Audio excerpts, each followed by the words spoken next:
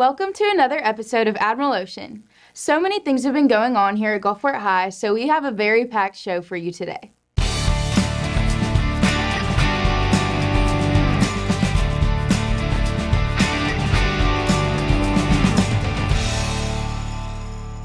February is National CTE Month.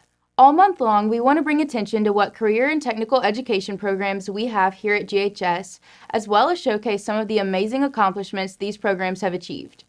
First, let's take a look at what the Culinary Arts program has been doing. Here's Jennifer with the story. Competing is what drives us to be the best we can be, and culinary arts students are very competitive in the kitchen.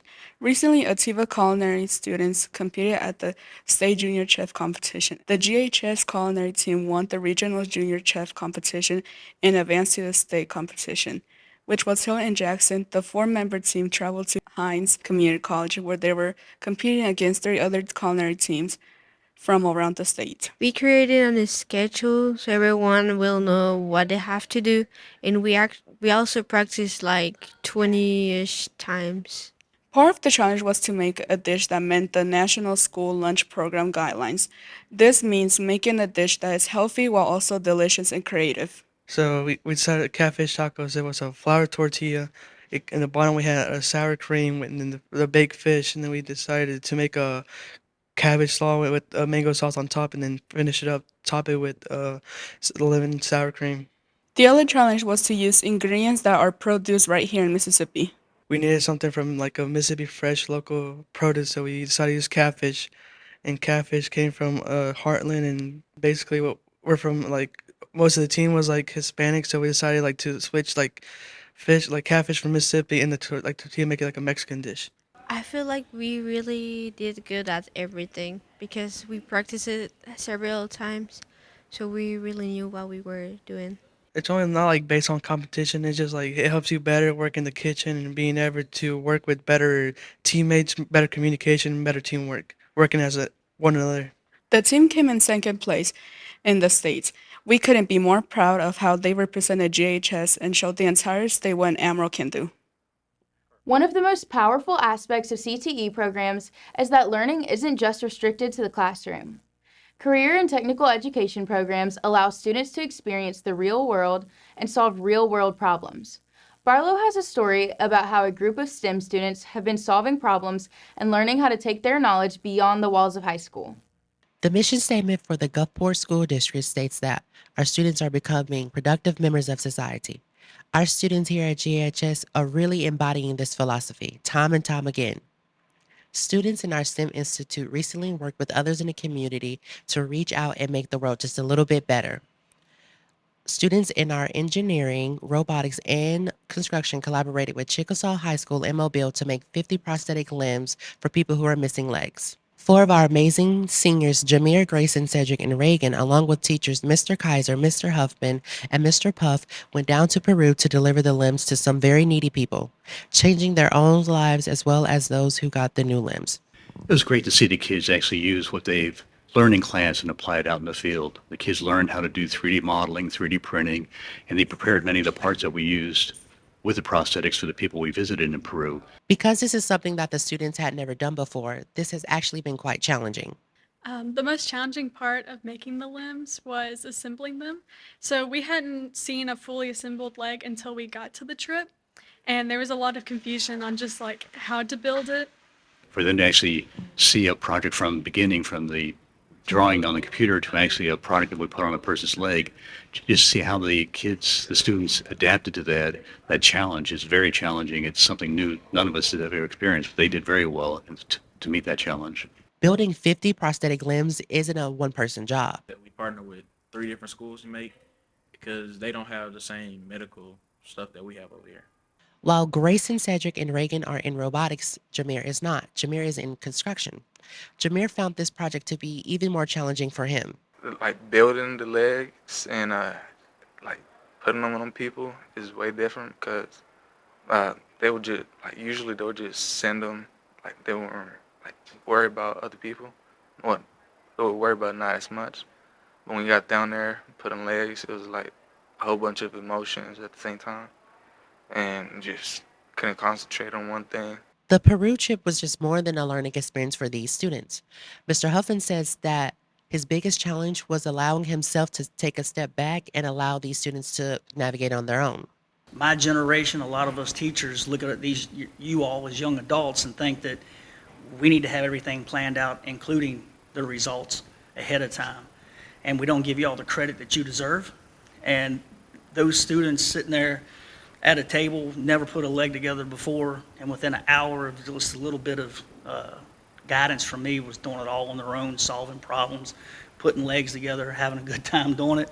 And I think sometimes as adults just need to get out of the way and set you all up for success. Projects like these really leave a mark on people. This trip has allowed people to open their hearts and minds to the world around them.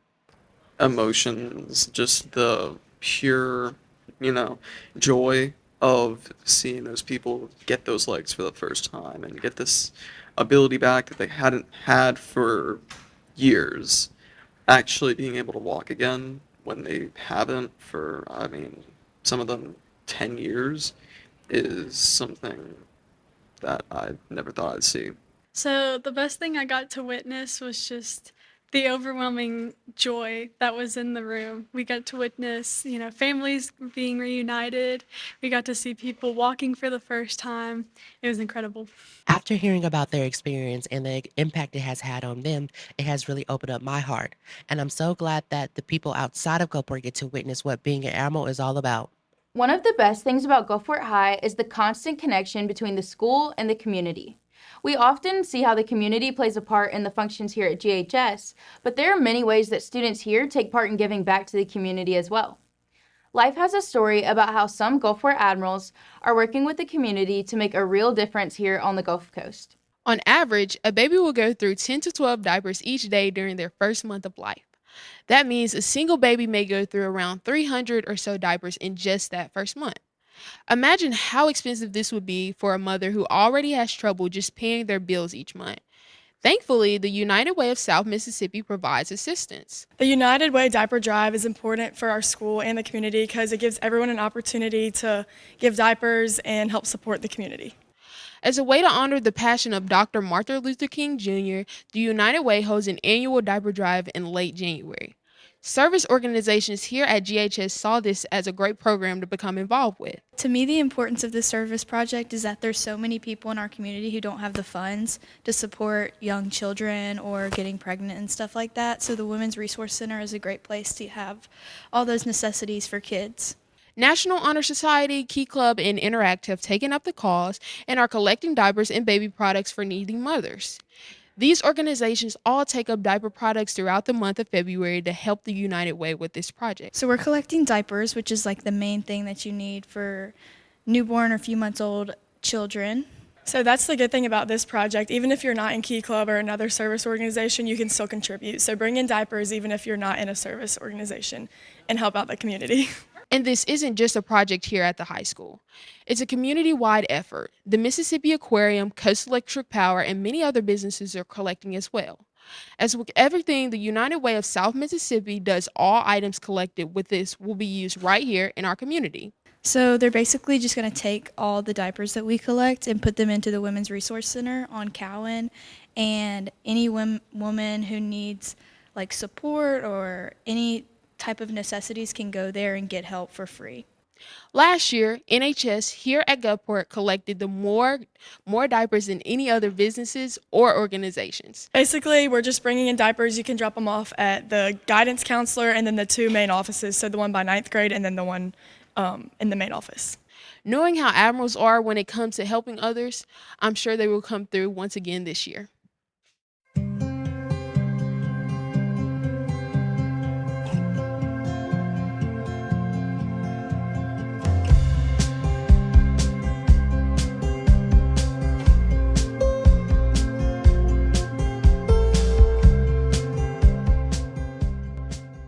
Monday is School Spirit Day, wear blue and orange.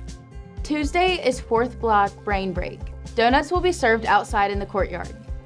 Wednesday is rock, paper, scissors competition. Thursday is the Powder Puff game at 6 p.m. Concessions will be available at the game. Friday is a special lunch and the GHS Club Fair. And then Unity Week concludes with prom Saturday night at 7 at the community college. Be sure to buy your tickets.